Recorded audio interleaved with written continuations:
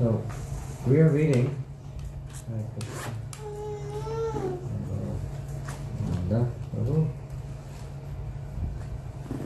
from a very wonderful script, and most of you are familiar, some of you may not be so familiar with the Bhagavad Gita.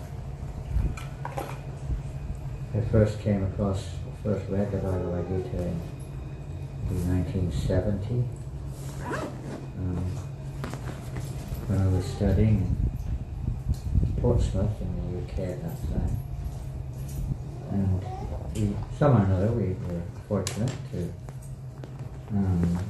be introduced to different individuals, different teachings and so on, philosophy, whatever, from different parts of the world, enlightened persons who share spiritual knowledge with us. So this Bhagavad Gita is spoken by Krishna, form of the Supreme Lord Himself, for all of our benefit. It's knowledge. It's not so much a religion, but rather it's knowledge of life, knowledge of ourselves, knowledge of the truths, which we're all searching after. So I believe that you're reading regularly from the Bhagavad Gita. Is that correct? In the evening, is it correct? And so where do I read from? From the 14th chapter. Anywhere? Yeah, well, you see, we take 10 verses at a time. But oh.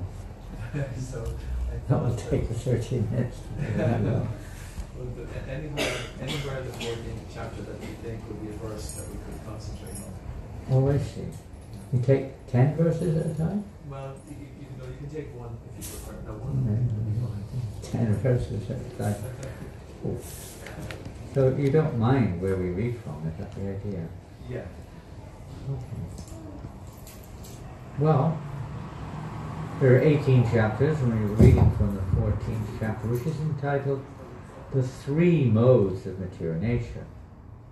And again, I don't know how many of you. Is anyone else coming for the first time? Rajvira? Your first time here? What is your name? You okay? My hair is not good because of the sound from my throat. You can call me Kim. Kim. Tim. Kim. Kim? Kim. Ross Kim. And where are you from, Kim? From Stockholm, Sweden. Stockholm? Yeah. Oh, wonderful. Sweden. We just had a big festival in Stockholm. Not after, just last week. Yeah. Anyone else the first time? First time? Your first time here, is it? Hey, Haribo! Haribo, Driva. Haribo. Good to see you again. Haribo, Nanda. Hare Krishna. So everyone else, you're a little regular, familiar with Bhagavad Gita? Amanda, you can answer that question. Is everybody, a couple of new guests are here, but Most people are. vaguely. Okay.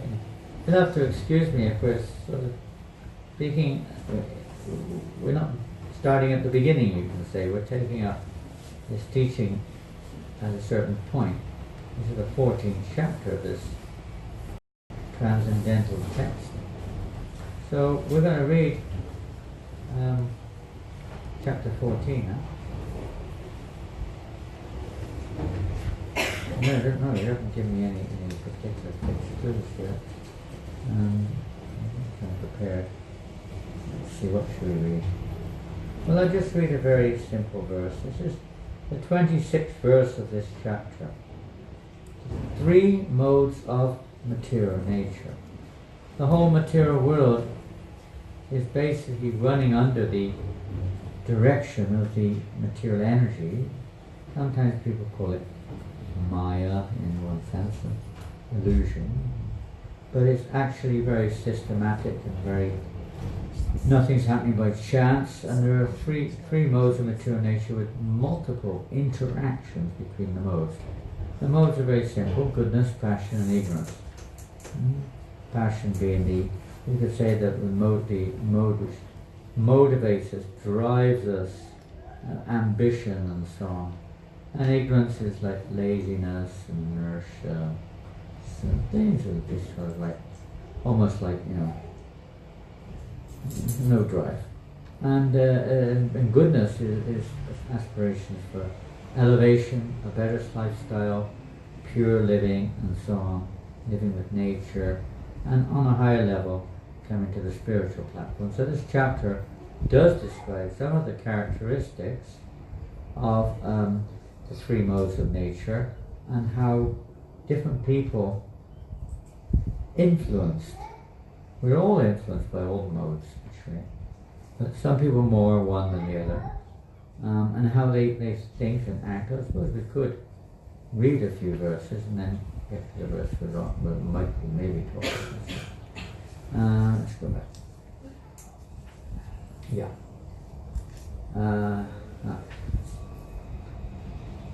We'll start here. Material nature consists of three modes: goodness, passion, and ignorance.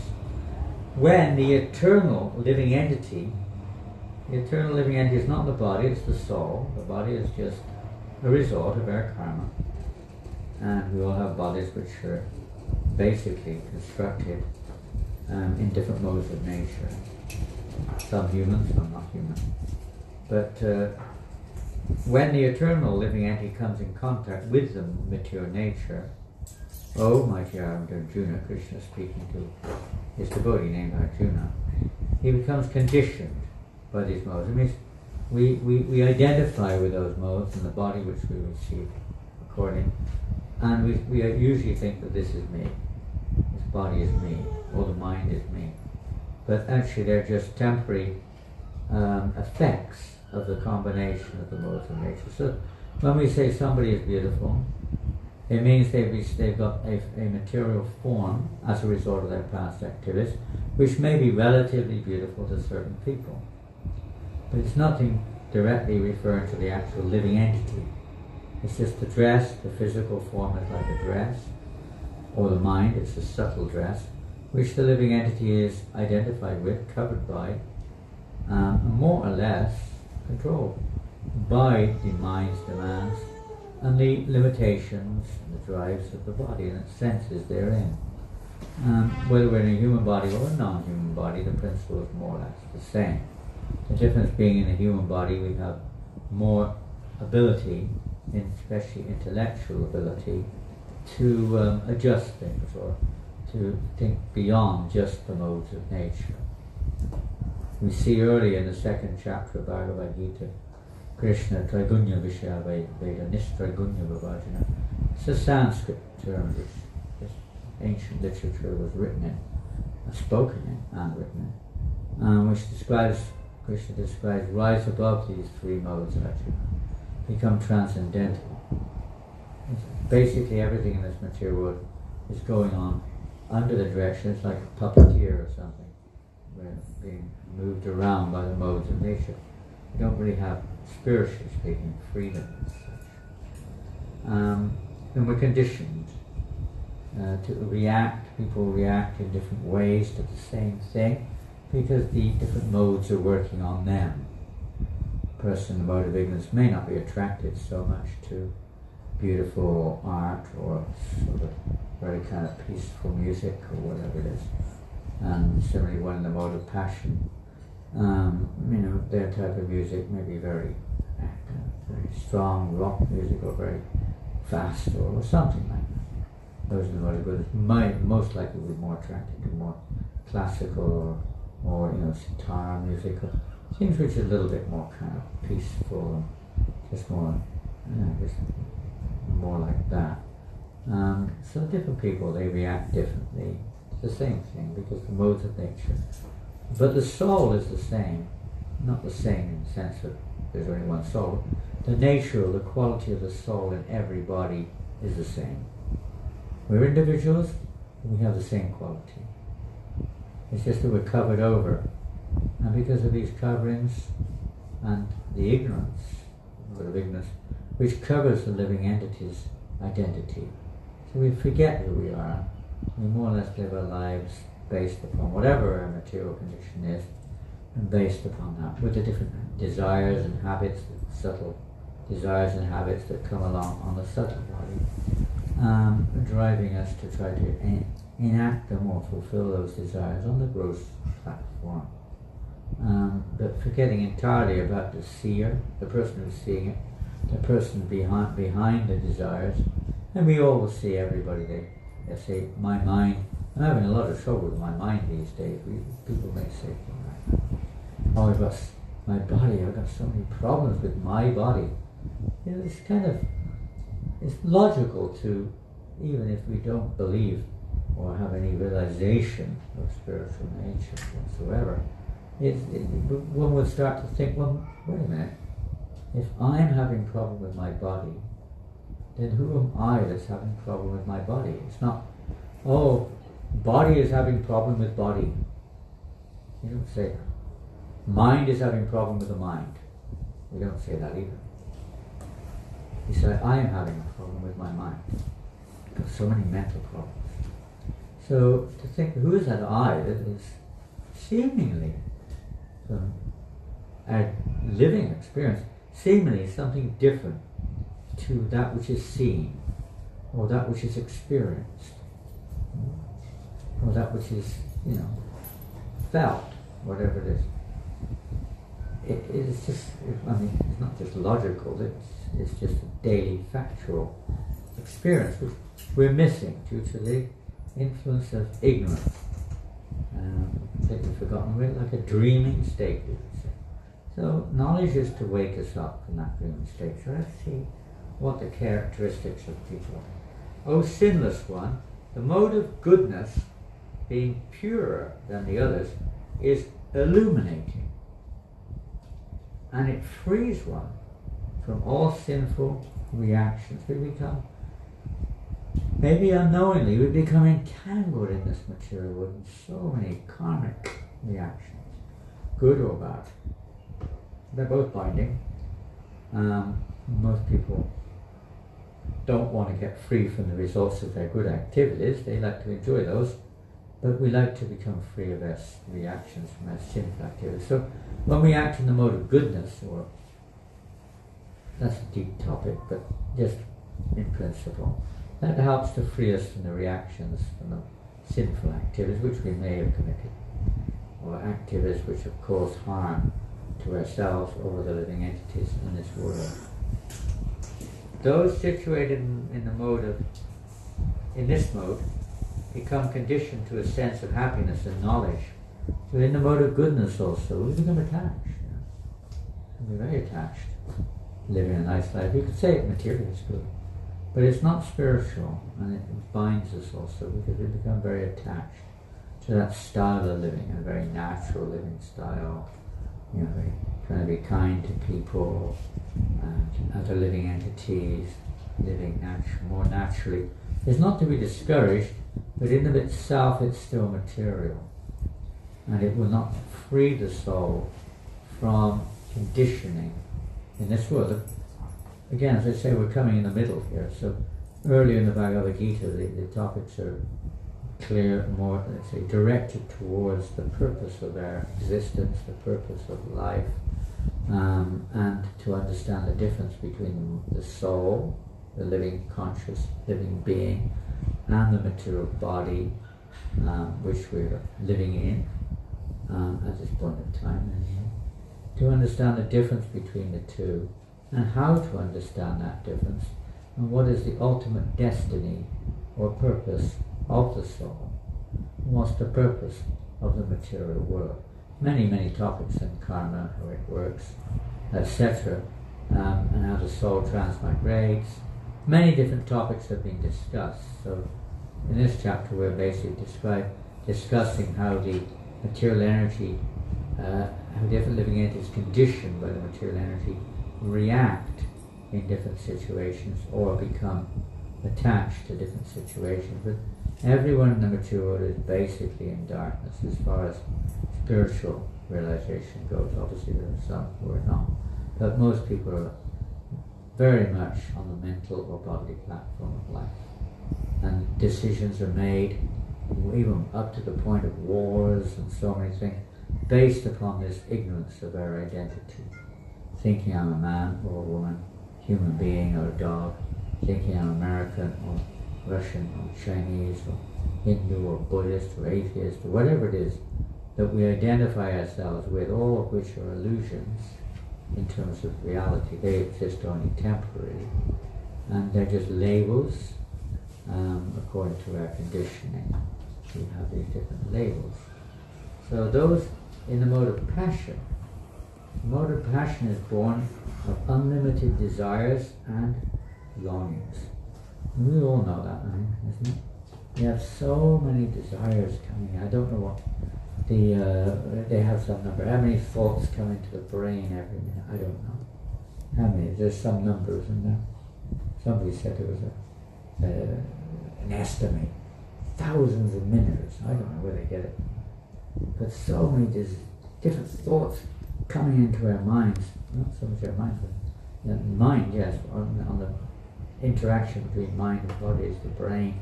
Through the brain, so many different thoughts are there, which we try to, most of them just pass by. Many of them we try to fulfill. It's full of different desires. Those in the mode of passion are full of never-ending longings. No matter what we do, we want more and more, and we're not satisfied, hankering for this, hankering for that. So many different things. O son of Kunti, another name of Arjuna, and because of this, the embodied, in this material body we're embodied, the embodied living entity is bound to material fruit of activity. We're like tying ourselves up in this thing. Tying ourselves up with so many desires and endless pursuit to try to fulfill them. And maybe you have some practical experiences of that. Yeah. I certainly have in my life. But, you think, now if I get this, then I'll be satisfied. No. Another thing. And the material world is like that. The living entity is never fully satisfied. Because we're actually, the whole idea is, understanding of Bhagavad Gita is that we're not this body. And the purpose of human life is to bring an end to this what's called samsara cycle. To get free from the bondage or the entanglement. It's interesting that the name, Sanskrit name for the emotion nature is called gunas. Guna means, it can mean the modes of nature, but it also means rope.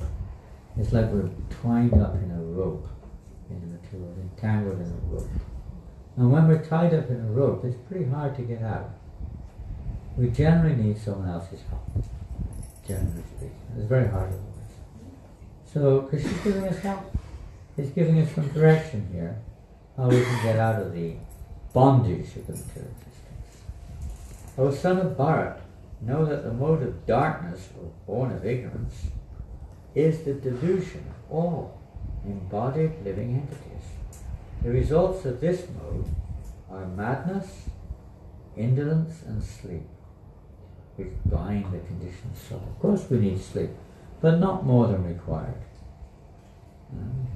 Some people just sleep as much as they can, and practically that's their sense of enjoyment. They don't have any particular objective in life or ambitions, not so much driven by the mode of passion. What to speak of enlightenment. They're mostly just resigned to a kind of life of inertia, laziness, and just hanging around, sleeping, dirty, whatever, okay? Maybe begging, maybe resorting to liquor, and all kinds of things, just whatever they can get. But it has no real objective outside of itself. Those in the mode of passion, at least they have a material objective. Those in the mode of goodness have a higher objective. Those in the mode of ignorance, the objective is usually just to exist. More or less like an animal species. O son of Bharat, the mode of goodness conditions one to happiness. Passion conditions one to fruit of activity, and ignorance covering one's knowledge binds one to madness. But madness is not only when somebody is mentally unstable or whatever it's called, but it's this And madness means more than that. A person is mad. False identity, for instance. When we see someone on the street, sometimes you see it, maybe not so much in Dublin, but in Asia, parts of Asia where I go, you sometimes see them on the street, they're thinking that they're somebody, Jesus Christ or Bonaparte Napoleon or something, and they dress a little bit like them sometimes, or try to behave like them, or they think, many times I've seen in Malaysia particularly, people in the middle of the roundabout, at some crossroads, they stand there, some guy's kind of half crazy, directing the traffic as if he's a traffic warden or something. And everybody knows their terminology may change now, but it used to be called mad, maybe it's mentally challenged or whatever you want to call it. Everybody knows they're not in stable state of mind, to go mad or whatever. But actually everybody in the material world, to some degree, is in that state, because we're identifying ourselves with what we're not. That's what Maya means. To think we're something which we're not. That's what it basically means. And pretty much everyone's like that. Thinking I'm French, English, America, Australia, New Zealand, whatever, India, wherever we're from, we identify with that. And this is a form of madness. It doesn't have to. It can be useful too if we use it properly, but in of itself it is a form of madness, false identity. A person who thinks there's something which they're not, or they don't know who they are. If you meet someone, who are you? I don't know. Where are you from? I don't know. Where are you going? I don't know. Why are you in this situation now? I don't know. You think there's something wrong, the person's got a problem. But in spiritually speaking, we're all in that boat. We don't really know where we came from. We can say I came from Mum, but where from the living entity came from, Mum never created that. She may have been instrumental in the body's appearance, but the soul, the living conscious being, where does that come from? Or where do they come from? We may not know. Where we go when we die, we may not know. And even why we're suffering and enjoying now, we may not know. Not really. We may have some vague ideas, but not the real understanding. You may be rich and still miserable, and may be poor and be happy. It's not something that can be defined by external, halves having various external facilities necessarily. So anyway, everyone becomes is covered in this way. Sometimes the mode of goodness becomes prominent, defeating the modes of passion and ignorance, and sometimes the mode of passion defeats goodness and ignorance. In other words, they're changing. I'll give an example. We used to go, or still do, on the streets of the cities in England when I was younger, and now where I am in France also we go. But and you meet people on the streets, and I remember vividly sometimes in the same day, in the same place, you meet somebody, they're, no, go away, I don't want, nothing to do with it. 4 hours later they come back and they say, well, what is this? And they start asking questions. The modes of nature working upon them have changed. It's like the weather. Of course, in Ireland, the weather doesn't change much, does it? Right? It's very stable. Very stable. Is that right? It's always like this, isn't it? Warm and sunny. Is that right? That's a joke. Is it a joke? What are you moving here then? Was it yesterday? Was it warm and sunny yesterday? No? Raining yesterday. And I think in a few days it's changing, isn't it? The world's always changing. Wasn't it George Harrison? Didn't he make one record? What was it called? Forever Changing or something? Can't remember. Something like that. All things must pass, right?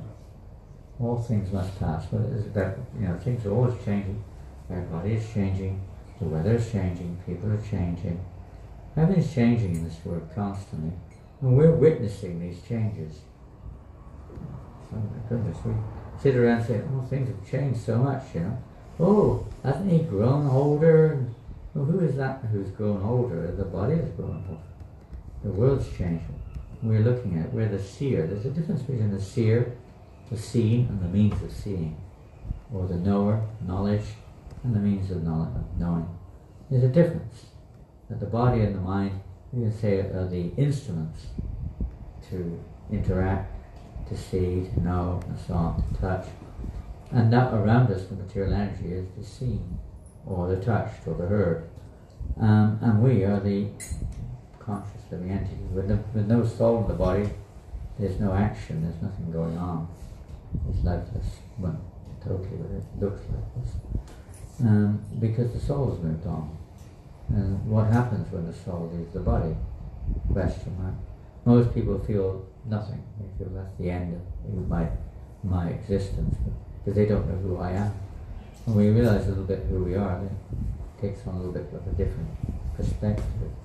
So understanding the modes of nature is important also in knowing how we are conditioned and how we can get out of this conditioning. So the modes are always changing like this, just like the weather is always changing. Next verse.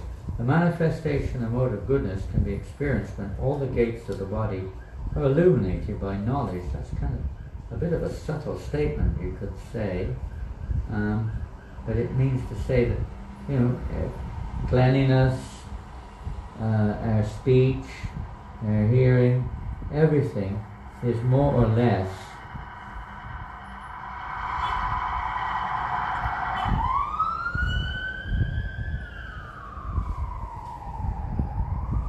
mode of goodness.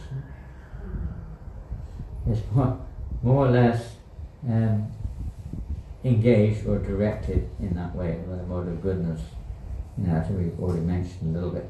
Like food, you may be not hearing in this chapter, but later on in the 17th chapter we'll hear about the foods that persons in various modes are attracted to eating.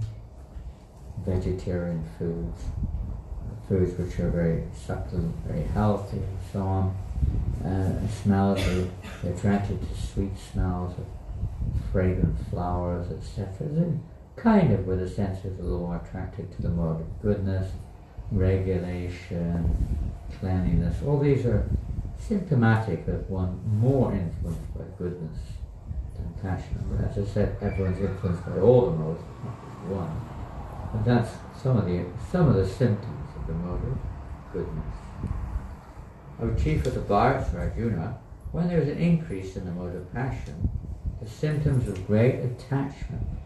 And you ever see a child how they become so attached to some toy, maybe not seen to be very significant to us, but to the child it's something very important. And you try to take it off. No, they're very, very, very attached. Sometimes it's very hard to do it, even if it's a dangerous thing sometimes. It's hard, very much attached. People become very attached to things naturally. In fact, it's the nature of the soul to attach. It's just the nature, or let's say the object of attachment, which is maybe different. But to be attached is very much, you could say, a natural thing, a living entity. Therefore, in the general understanding, we should try to become attached. Earlier in the Bhagavad Gita, Krishna also said, Vishaya Vinivaktate, Nirahavasudena, Rusavajam, so Krishna. Padam Krishna, the Bhagavad. We have to try to become attached to something better, something higher. We're going to be attached to somebody, something, naturally. But to try to become attached to something which is really valuable, something which will really help us, something which will really satisfy us. Not just to become attached to something because it has a temporary taste. Just like when we arrived today in the airport, what was that sign about Guinness? Do you remember, Rusty? What did it say? Oh yeah, the highlight of your trip to Dublin, Guinness. It's a big poster in the airport. The highlight of your visit to Dublin, Guinness. Stout? Is it stout? Okay. Guinness. The highlight. Imagine. That's the highlight. If people can't think of anything or don't know anything higher than that, we're in a bit of a sorrowful state. We're certainly not in the spiritual state, that's for sure. They may call it spirit, but it's a different kind of spirit. Intoxicating. But like that, people have, because they don't know When you have no spiritual, higher spiritual, religion doesn't really give it in general. It's just some kind of way of atoning for our misbehavior or something. Feel a bit more good about life or something, I don't know. But actually spiritual knowledge, well, we'll no longer have an interest in anything which is unnecessary. We have to live, we have to maintain.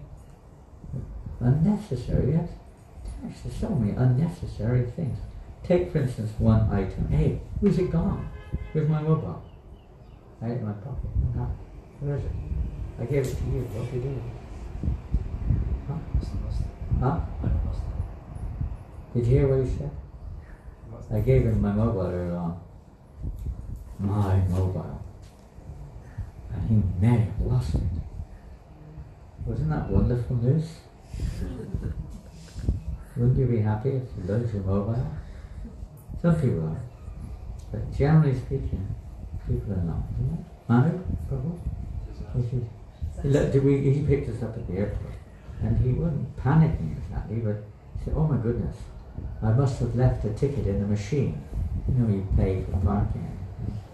And he was on the way back to look for the ticket as if he'll find it in the machine. 50 other people have been there since we were there. But, lost the ticket. Now what am I going to do? What am I going to do now? Huh? No proof of when you came in, right? Maximum fine. Fortunately, we found the ticket.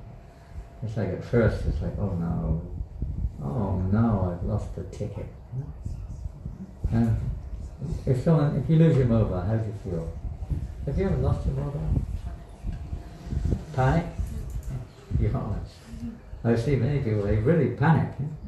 It's like almost like they've lost their best friend or husband or something. I think more than that. You panic more sometimes. It's like everything is like your life almost revolving around that mobile phone. You get so attached and dependent in mode of passion, see. You've created a society which is really revolving around the mode of passion, very much so nowadays. The whole monetary system, financial system is all strongly around the mode of passion. The technological system of the world, everything very the consumer society, very passionate. You try to live a bit simply, let's put it simply.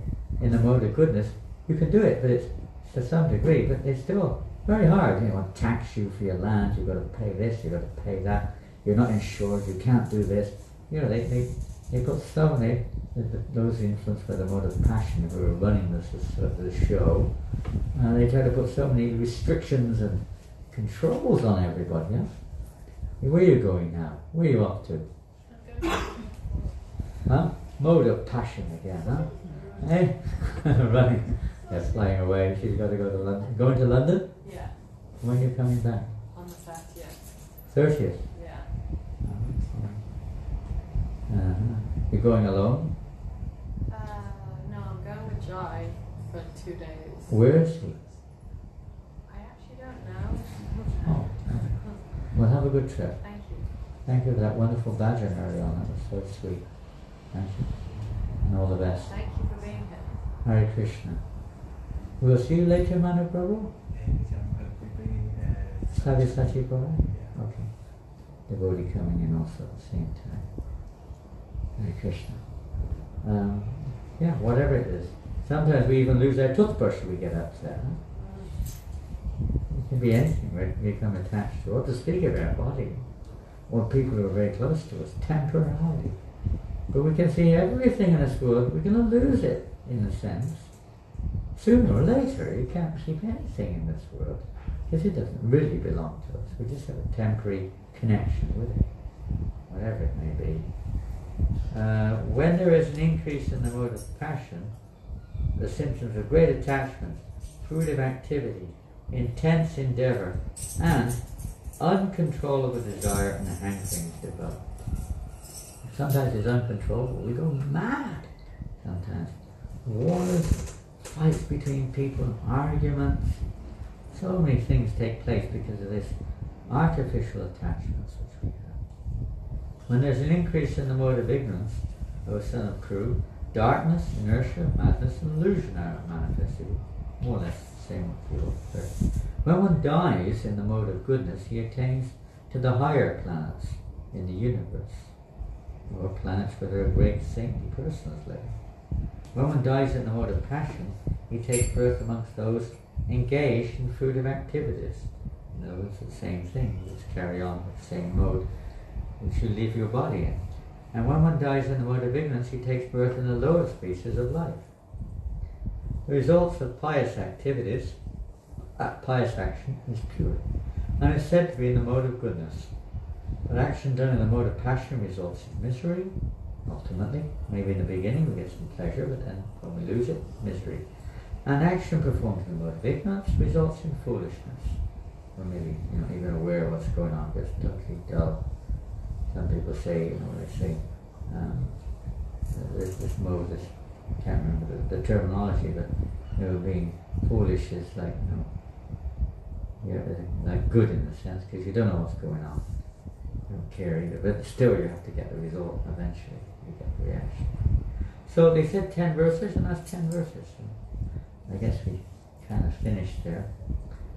But here is recommended that pious activities. So find out what pious activities are. They're not just creations of the mind, or votes, or government votes, or some concoctions of some kind. They're activities, actually, not in this chapter, but you see earlier on in the Bhagavad Gita, in the 4th chapter of the Bhagavad Gita, is describing 3 kinds of actions. They're called karma, vikarma, and akarma. And when we talk, they're all karma mentioned there. But vikarma means actions, whimsical actions. Actions according to our own sensual drive, our own, desires and so on. They're not regulated by anything other than that, maybe some laws of the state. But actual karma, in terms of this definition, actual karma means action, material action may still be attached. It is action which is done according to scriptural or spiritual, religious directions in our life, which helped us to gradually become released from samsara, or released from karma, in this gradually becoming released. So that's karma. Vikarma means actions not according to that principle of following scriptural or spiritual directions coming down. And akarma means activities which have no reaction. So karma has a good reaction, vikarma has a negative reaction, and akarma has no reaction. Akarma means activities which are really, they're not for fruitive results. They're activities for a purely spiritual purpose, in knowledge of the situation, and not acting to achieve anything material per se. Material results will come, no doubt, it's the nature of this world, but one's not acting, one's not attached. Anashrita karma karma roticha. Sasanyasi chiyogicha nanavarnina chatya. Krishna explains it. One acts, but without attachment to the results. Acting is a course of duty. Not giving up activity, but acting without an attachment to it. Understanding the purpose of the material world and one's own goal in life, etc. Acting in knowledge helps to free us from all kinds of reactions and free us from the entanglement in the modes of nature. So we can gradually rise above them and no longer be affected by stress and anxiety, duality, and all the other effects that we experience in this material world around us. One can still act in the world but not be affected by it. So that the next verses in this 14th chapter will discuss a little bit about that process of transcending the modes of nature. Okay, our time is up, the verses are up. Are there any questions?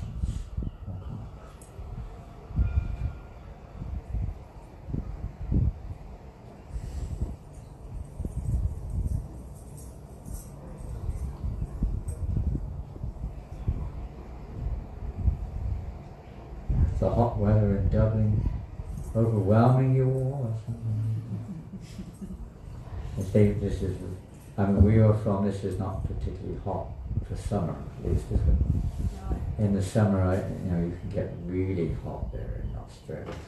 I don't know about Cox, but I've been in temperatures of 48 degrees in Australia sometimes.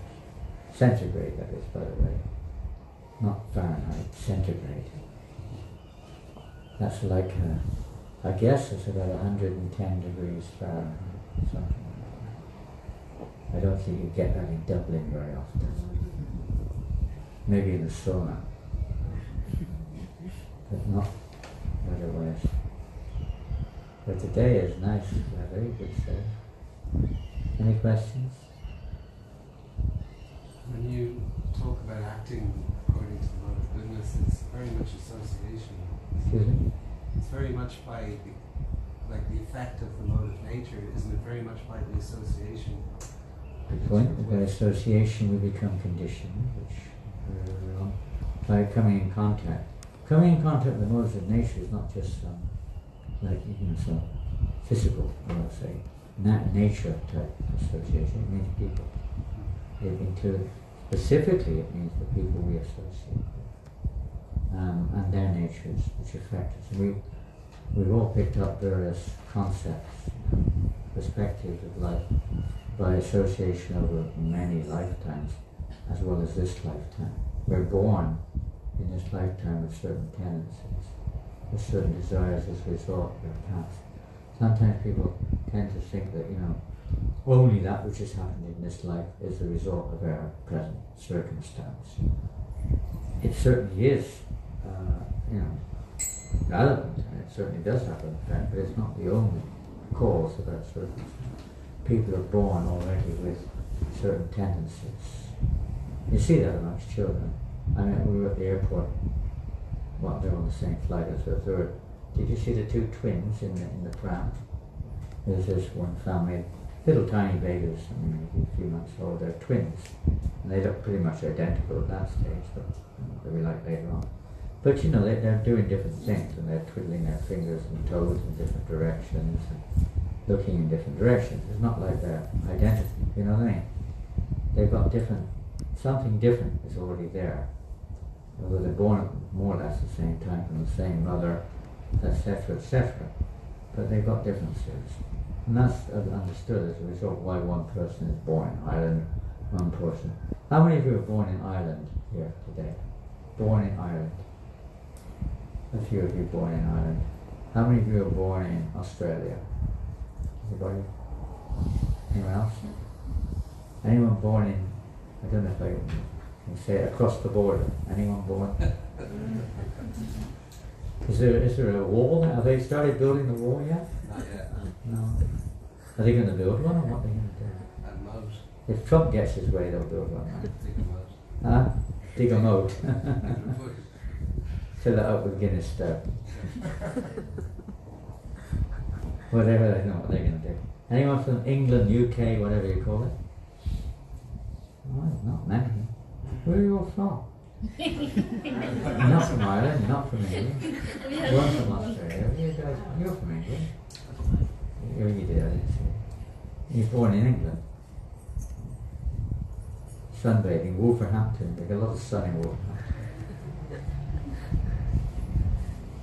Where are you from? Where are you from? India? Who's from India? Anyone from India? 1, 2, 3, 4, 5. Ah, got a lot from India. Anyway, wherever you're from, all different places around the world. We developed by association. Different. I know when we were kids, that was the time when, just after the Second World War, when kind of, I suppose, I don't know if we call it the Cold War at that time, but there was this kind of animosity started to develop between the Eastern Bloc and the Western Bloc, which I'm sure you all know about. The communist countries and capitalist countries, and our mentality towards it, the way I was brought up, without ever having met anybody from the other side, so to speak, we were conditioned to think that they're all, nasty, terrible people. And that was basically how we were conditioned, though we never met any of them.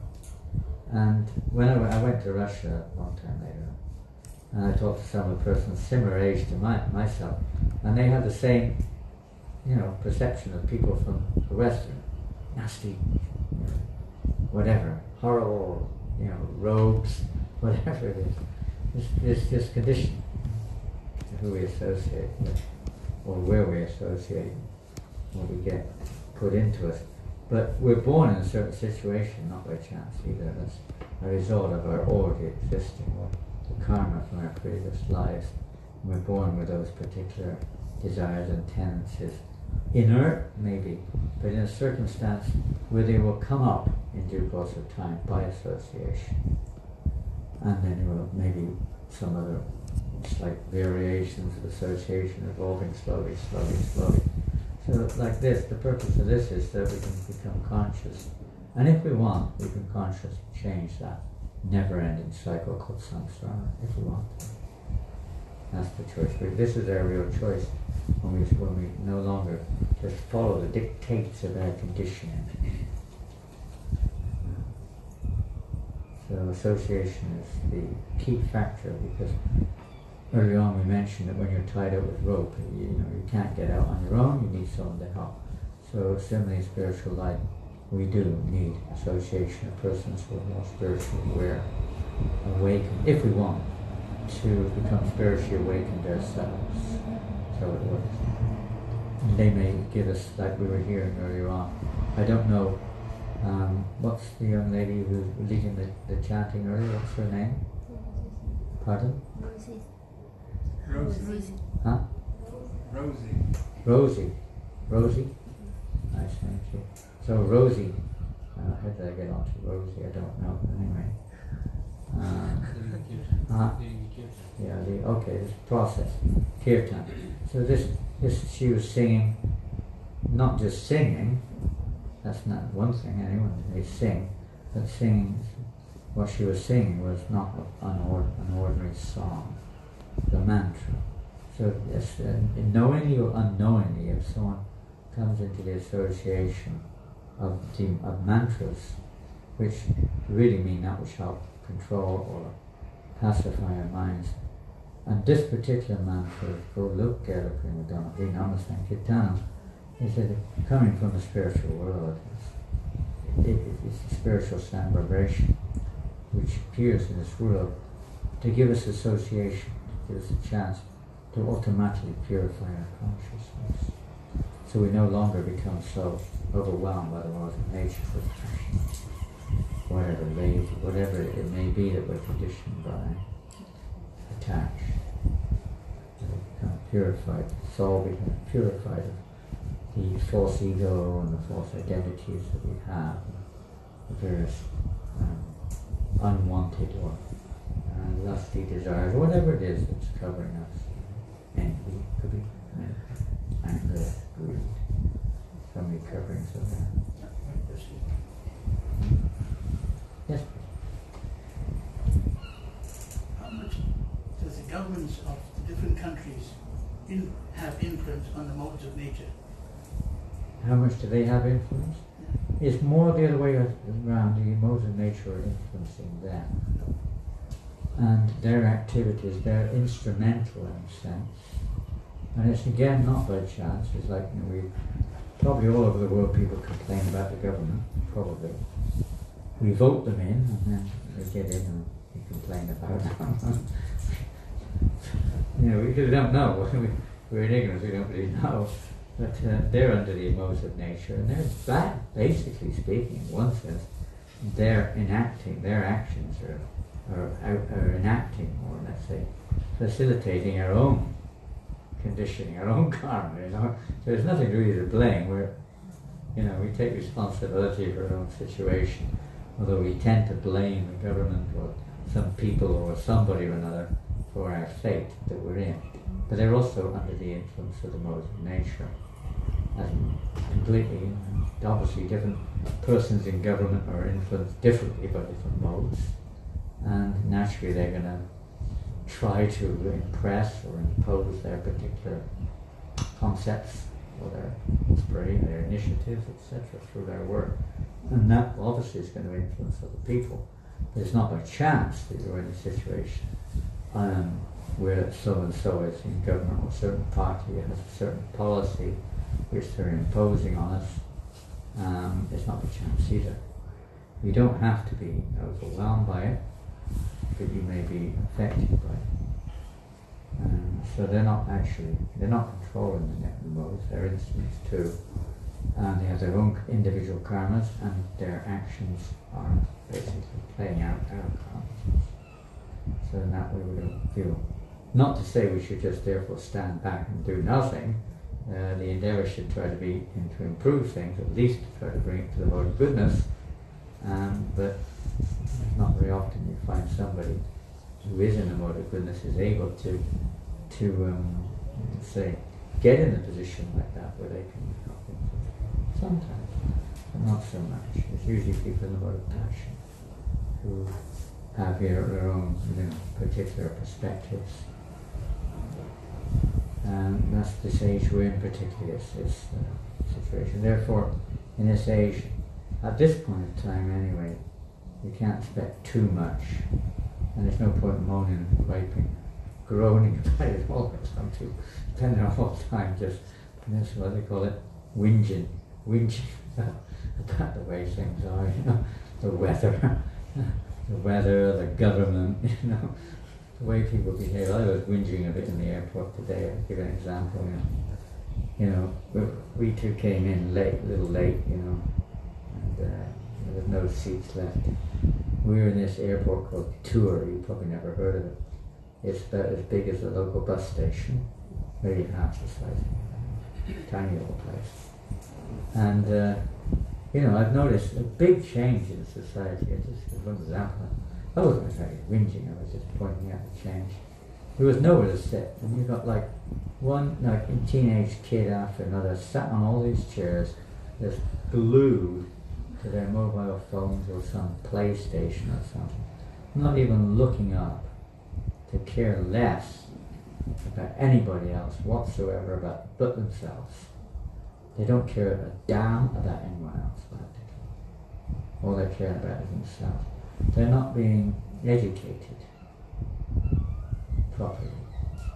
They may be going to university or school, but they're not learning even basic human behavior. When I was a young child, and I still remember today, that we didn't have aeroplanes. We had, but we never went on one. Trains and buses were the most we could expect. And if you did not stand up when an elderly person came along from your seat, you knew it. You got it very quickly. Ouch! Right? Now you can't do that. You still learn your lessons, show respect. Otherwise people are growing up with me in the center all the time. And this is education. Leaders in society are supposed to show by example as well as educate others. We don't get that very often. Sometimes, but not very often. It's difficult sometimes with the law being established now. It's got a different paradigm. But things like that, that's just one example. We gave hundreds. People don't an old lady trying to cross the road, same thing. If you didn't help her cross the road, you knew it. If your father was around, somebody knew you was around, they let you know it. I don't know, repeat some of the thing, but it's your duty to help somebody, elderly person, or somebody sick, or whatever. It was your duty. It wasn't like, you had to pay, how much you're going to pay me to do it, something like that. It was still automatic. Just the way in association. And now we don't get that so much for whatever reason. I'm not saying it's not there, but it's not so much. Times have changed. But what do you do? We try to show an example and try to educate. But, the modern lifestyle that we live is a bit passionate, to say the least. Very passionate. And revolving in ignorance often. No understanding of the real purpose of life, our spiritual identity, the results of the way we behave. We have very little understanding. People think their body is mine, I can do what I like with it. That's a new philosophy which has come in recently. This body is mine, I can do whatever I like with it. Well, you can live like that. So you have a choice. The person in the mode of goodness realizes his body is an instrument, a very valuable instrument, and should use it for a valuable purpose, not just any old one. And cause ourselves harm. It's a shame because people are harming themselves. So we're trying to, little way at least, trying to give some understanding to help people to stop acting in a way which will cause harm to themselves and to others. Playing with the fire. And the leaders are not doing that, in general. In general, I'm not saying everyone, but in general. Some of them are more influenced by a little bit more the mode of goodness, but mostly by the mode of passion. Mostly.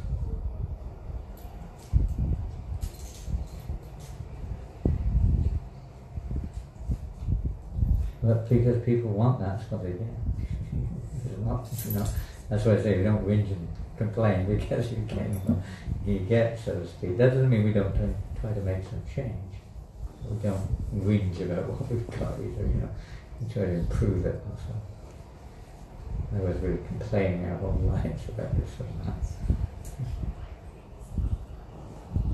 And we'll go nowhere. Hare Krishna, thank you all very much. We'll have a little chanting now, 5 or 10 minutes, and then we'll, I think there's a little bit of refreshments, if I'm not mistaken. Is that right? Is there anyone here who's kind of aware of what's going on? I mean, I don't mean spiritually, but I mean in terms of the program, evening program. Is there anyone who's aware? Maya was gone. Here we have Amanda Vikram Prabhu. You know what's going on. What's happening next? Yeah, there's some refreshments coming. Refreshments. We need refreshing. We'll have a little chanting in the meantime. I think Amanda, can you lead us in this time? Yes, you can. Where's the harmonium? You can do it. This is Rasikananda Prabhu. He's traveling with me for a year, nearly 2 years. He's actually a qualified dentist. He was working as a dental surgeon. Okay. Yeah, I know. It's all right. The harmonium is there. You can do it. He gets very shy.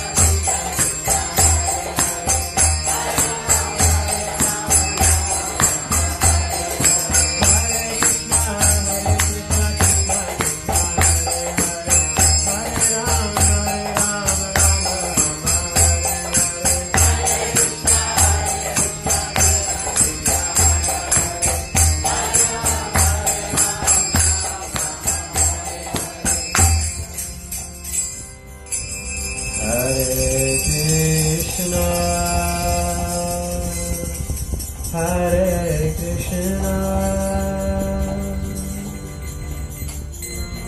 Krishna Krishna, Hare Hare, Hare Rama, Hare Rama, Rama Rama, Hare Hare,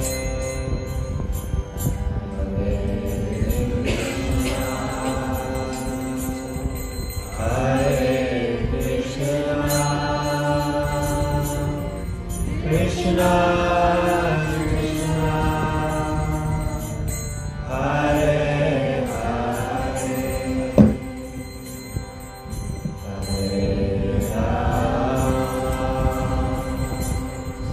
Hare Rama, Rama Rama, Hare Hare.